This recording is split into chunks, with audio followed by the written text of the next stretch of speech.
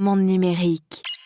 On sait qu'aujourd'hui, si on veut accélérer, il faut de la donnée. Les données de santé sont des données critiques sur lesquelles il y a des vrais enjeux de souveraineté par ailleurs, qui nécessitent effectivement qu'il y ait, un moment ou un autre, des données en plus grand nombre, plus qualifiées, collectées de manière automatisée, qui est extrêmement, intéressant si on veut à terme décentraliser 100 des essais cliniques. Le fait d'aller, cumuler, différentes technologies boostées par l'intelligence artificielle au service des essais cliniques, c'est d'essayer vraiment d'aller décentraliser 100 de ces essais et d'avoir une virtualisation, de l'ensemble du protocole.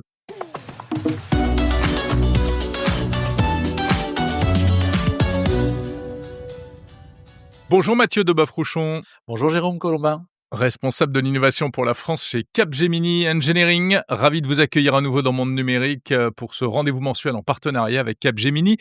Alors on s'intéresse ce mois-ci à l'apport de l'IA dans le domaine de la santé, la médecine.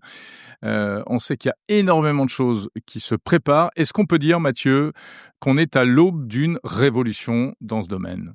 Alors, on est déjà dans cette révolution. Ce qui est intéressant, c'est qu'on vit exactement la même chose que ce qu'on a pu vivre, fut un temps dans les années 90, 2000, hein, l'arrivée, Doctissimo, où on Ouais. posait ces questions et puis, bah, là, aujourd'hui, on est dans l'ère du génératif, donc on pose ces questions à GPT, Perplexity, enfin toutes ces IA qui sont aujourd'hui, à la disposition du commun des mortels, qui sont d'ailleurs plus précises, encore, plus alimenté de données que ça ne pouvait l'être avant. Ce qu'on cherchait avant, on avait peu de réponses, fallait lire et synthétiser. Aujourd'hui, on a une réponse qui est relativement circonstanciée et Ouais, avec on des résultats spectaculaires, beh, pardon, mais il y a même des sondages qui ont été faits montrant qu'il avait un taux de réussite et d'efficacité, sur les diagnostics, qui était dans certains cas meilleur qu'avec des vrais médecins. bah, à l'évidence, ça couvre ça couvre l'ensemble des pathologies qui sont déjà très alimentées au regard de la bibliographie, scientifique et qui font que naturellement, quand on pose des symptômes dans GPT, on a naturellement un résultat, qui est généralement assez fiable par ailleurs, et en tout cas, c'en est, absolument étonnant. Alors faut pas non plus, se prendre pour un médecin ou un savant fou, faut toujours, confronter tout ça à quelqu'un du métier, mais c'est Mmh. vrai que c'est bluffant de résultats. L'IA dans la santé aujourd'hui, que ce soit sur le diagnostic ou autre, est présente partout, de l'Apple Watch, jusqu'à des scanners, Siemens ou autres pour lesquels on intègre beaucoup de briques technologiques par ailleurs. Alors il y a ce qu'on voit, ce qu'on peut utiliser à titre personnel, mais il y a aussi toute une face cachée, on va dire. L'IA permet d'améliorer des tas de processus, évidemment beaucoup moins visibles dans, le tout ce qui fait la santé d'aujourd'hui. Bien sûr, il y a, ce que l'on voit en tant que détection de symptômes et tu l'as souligné sur l'aide au diagnostic, qui est quelque chose pour le grand public, mais aussi, bien sûr pour les professionnels de santé qui sont assistés aujourd'hui, par l'intelligence artificielle. C'est aussi la capacité grâce à l'IA d'avoir une médecine plus personnalisée. J'entends par là de mieux traiter la prise médicamenteuse au quotidien. C'est, aussi et surtout la découverte, la conception de nouvelles formulations, de médicaments qui vont nous permettre de générer, de nouvelles molécules, de mieux, trouver ou prédire ce qui serait, plus intéressant pour une cohorte de patients. C'est l'optimisation des essais cliniques naturellement, puisqu'on va être mesure, on en a parlé, sur le sujet des jumeaux numériques dernièrement, d'utiliser aussi l'IA pour mieux prédire, documenter, automatiser tout ce qui va pouvoir se passer, dans, l'analyse, d'une réaction ou, prédire mieux, effectivement, ce qui va pouvoir se passer sur un patient potentiellement. Bref, c'est tout ça, c'est les assistants aussi conversationnels, alors qu'ils soient, par un chat, qu'ils soient également, vocaux. Je pense à une start-up qui s'appelle Vocats, qui traite par ailleurs très bien ces sujets, où on est appelé par une intelligence artificielle, pour décrire, potentiellement, alors, eux, c'est dans le cadre de l'assurance, dans le cadre des RH, mais dans le cadre de la santé, c'est la même chose. Décrire, des symptômes, pouvoir avoir une analyse, de ce qui est dit, mais aussi, et c'est ça qui est intéressant, du non-verbal, c'est-à-dire l'intonation, l'agressivité, la respiration, qui seraient des éléments qu'on pourrait pas détecter par un appel classique. Et puis c'est Mmh. surtout la décision clinique optimisée, parce qu'on est en mesure d'avoir plus de données, d'avoir une IA qui nous assiste et de prendre des décisions qui soient plus fines et plus propres à certaines pathologies. L'IA, c'est tout ça. Ça couvre, comme dans la vie de tous les jours pour tout le monde, dans la médecine, tous les grands sujets qui amènent à trouver la meilleure prescription pour optimiser, le bien-être des patients. En ce qui concerne les essais cliniques, donc c'est-à-dire le test de traitement avant qu'il soit mis sur le marché, hein, c'est ça dont Exactement. on parle. Quels sont les bénéfices concrets? Alors, naturellement, dans, ce qu'on va couvrir quand on va parler de tests cliniques, il faut bien rappeler qu'on est sur quelques dizaines d'individus jusqu'à plusieurs milliers. C'est un processus qui est extrêmement long, qui est très intéressant, qui nécessite de documenter et c'est là que l'intelligence artificielle va vraiment avoir un point, très important pour mieux concevoir notamment, le protocole, pour mieux travailler, la partie, réglementaire et puis aussi surtout pour mieux recruter, les cohortes de patients. Alors quand on doit recruter, des patients qui vont tester la formulation, on va devoir naturellement identifier les zones géographiques, tester, sur certaines personnes atteintes de certaines pathologies, identifier plus d'hommes que de femmes et cetera. Donc il y a tas de critères qui sont intéressants. L'IA permet d'optimiser, ce processus et puis elle permet de documenter beaucoup plus facilement et ça, c'est quelque chose qui est intéressant et au-delà de la documentation, l'impact véritable de l'IA aussi, c'est d'optimiser ce qu'on appelle le taux d'observance et d'être en mesure finalement, grâce à l'intelligence artificielle, de mieux observer tout ce qui se passe et d'être en mesure de mieux comprendre sur plus de 80% ou 50 ou 70, après on met la variation où on en a besoin, l'ensemble des symptômes bien identifiés, bien documentés pour optimiser tout ce processus grâce à l'IA et que ça aille naturellement plus vite. Plus vite dans quelle proportion? Un des sujets, alors tout est, question de variation. On sait qu'il faut plusieurs années pour lancer un nouveau médicament. Les contraintes réglementaires sont très fortes. La documentation, est un des sujets et un des enjeux extrêmement forts. Mais par exemple, quand on est en mesure de prendre de l'intelligence artificielle, enfin d'utiliser de l'IA et on va prendre un exemple avec, Pfizer notamment pendant le covid, qui grâce à des modèles, prédictifs a été, en mesure d'enrôler, près de 50 000 volontaires en 6 mois sur, 750 sites qui ont été, connectés et donc ça permet, vraiment de travailler à l'optimisation, du recrutement et puis à densifier, nettement plus la capacité, d'utiliser, ces, nouveaux patients augmentés pilotés par l'IA pour observer, sur les sujets, qui sont, ceux de la réaction à une formulation et aux potentiels effets secondaires qu'on aurait à subir. Alors je crois qu'il y a pas mal de projets qui sont menés, notamment en France. Vous avez participé, à des choses notamment, dans la région de Lyon sur l'endométriose, c'est ça? Oui, effectivement, alors c'est, un des projets de recherche qu'on a. Il faut savoir qu'on en a, 65, projets de recherche actifs aujourd'hui, dont certains dédiés à la santé et dans ce projet qui s'appelle Dimedia, il y a effectivement, une brique technologique qui s'appelle Endoscore, qui a donné, naissance à Endopass et qui est un outil qui permet, aux médecins, de mieux identifier l'ensemble des sujets liés à l'endométriose, parce qu'on sait que c'est, des maux de ventre notamment, mais pas que, et qu'on pourrait très vite les confondre avec d'autres pathologies et cette, brique technologique permet, de mieux identifier, ce qui est relatif à l'endométriose, aussi l'état mental, des patientes en question et de mieux prévenir potentiellement, les différents soins qu'il y aurait à opérer et traitements que l'on pourrait, apporter, aux patients pour qu'il y ait un confort de vie, un peu plus facile et c'est vrai qu'aujourd'hui, l'endométriose, enfin en tout cas aujourd'hui, il y a quelques années, c'est un sujet sur lequel il y a assez peu de formation, assez peu de, finalement de sensibilisation du corps médical. Il y a quelques experts qui sont vraiment spécialisés sur le sujet et là on voit que l'IA permet également, à des, sachants non formés d'être assistés pour mieux identifier très vite, cette pathologie par rapport à d'autres avec laquelle on pourrait, la confondre.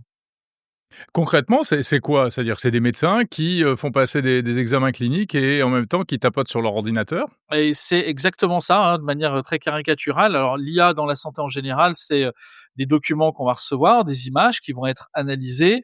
C'est vrai qu'analyser le tissu musculaire, qui ne devrait pas être à un endroit bien spécifique, pourrait le confondre, c'est extrêmement fin. L'intelligence artificielle sur un périmètre donné est très intéressante, justement pour aller, identifier très vite, certains aucun tissu mou qui n'aurait pas à être présent sur une image.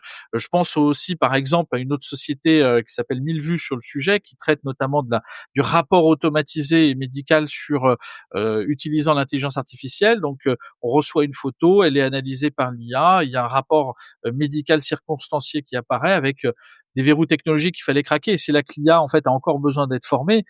C'est que l'intelligence artificielle, sur deux points de vue différents d'un même os ou d'un même corps mou, pour identifier deux typologies différentes de fractures potentiellement, alors que c'est la même fracture prise sous deux angles différents, ou de fissures, ou de tissus liés à l'endométriose, par exemple. Donc on voit que l'intelligence artificielle là-dedans apporte un gain extrêmement fort pour mieux cibler et très vite identifier les zones à risque ou les zones sur lesquelles il y a une attention plus forte à avoir par le sachant. Et puis, bien sûr, ce sont aussi des formulaires qui vont permettre d'analyser par l'intelligence artificielle ensuite ce qui a été recueilli par les patients, notamment sur leur état mental en ce qui concerne l'endométriose pour un des sujets qui est Endopass et Endoscore. Mathieu Deboeuf-Rouchon, est-ce que l'avènement, du quantique pourrait, encore accélérer les choses? Le quantique, à l'évidence, c'est une zone grise dans laquelle il y a énormément de recherches, autant sur la partie purement software, algorithmique, que la partie purement physique.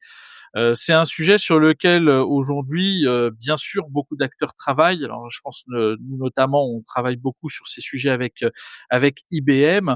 On voit qu'en fait, par rapport au Quantum Lab, l'idée est encore quand même de construire des démonstrateurs. On est sur une zone où il y a encore beaucoup de champs à explorer.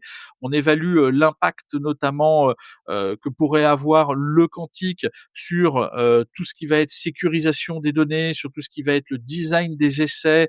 C'est un marché sur la découverte de nouvelles formulations qui est absolument exceptionnel par cette capacité de calcul.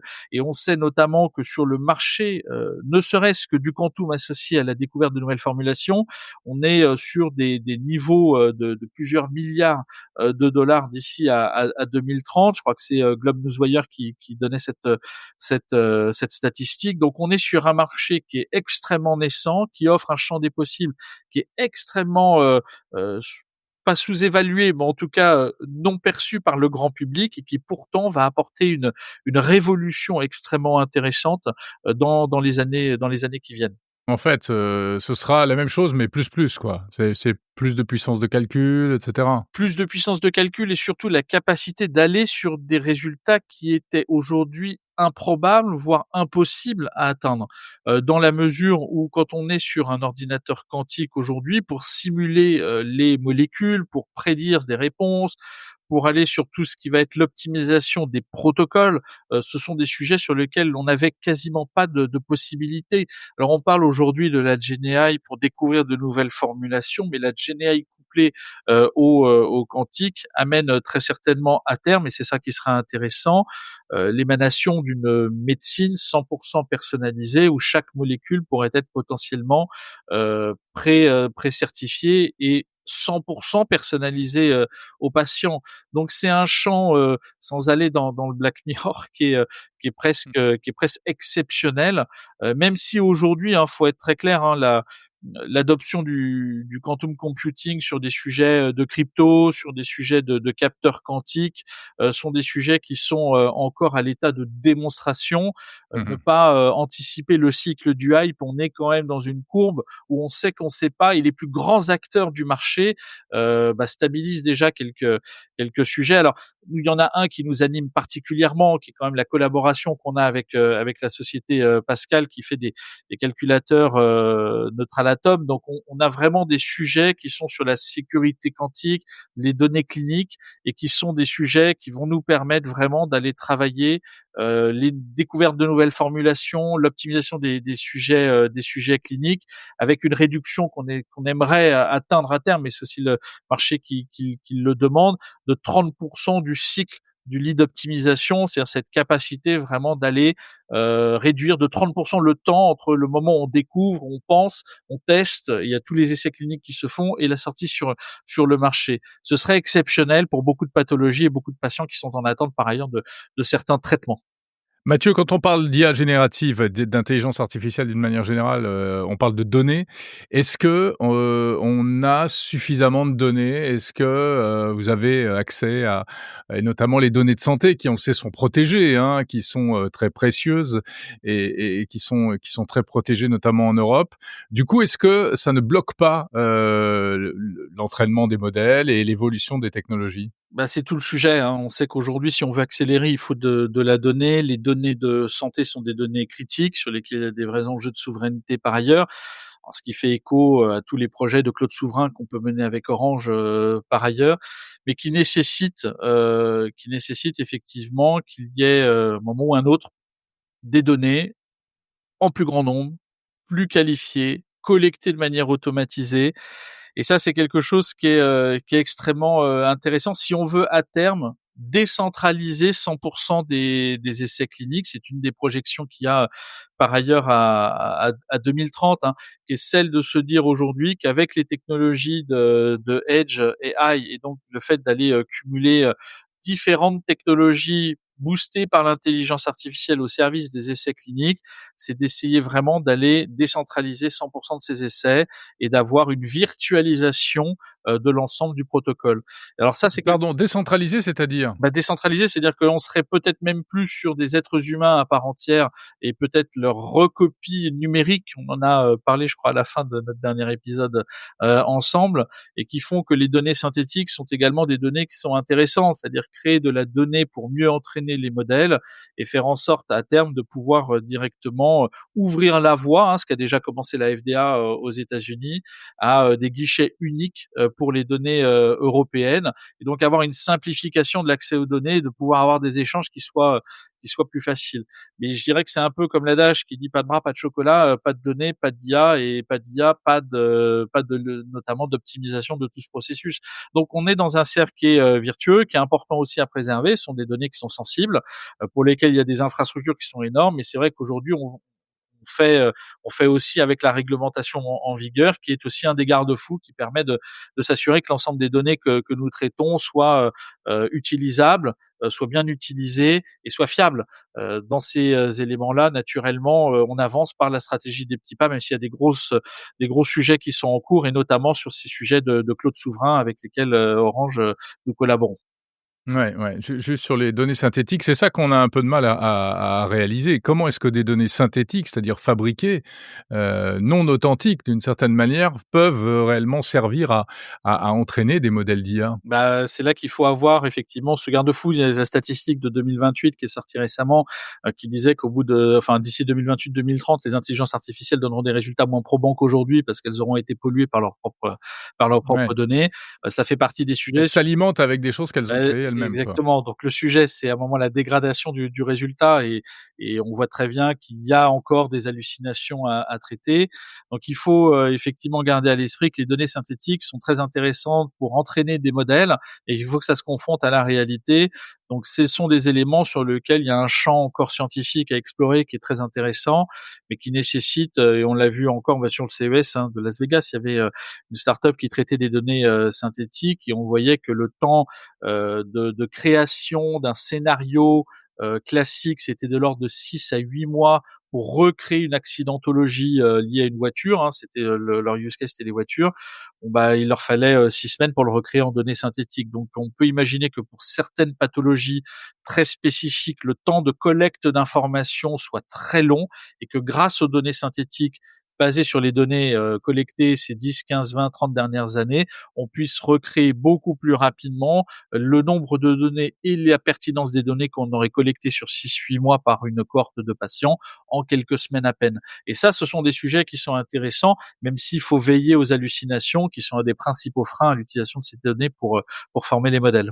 Merci Mathieu Deboeuf-Rouchon, responsable de l'innovation pour la France chez Capgemini Engineering. Merci Jérôme.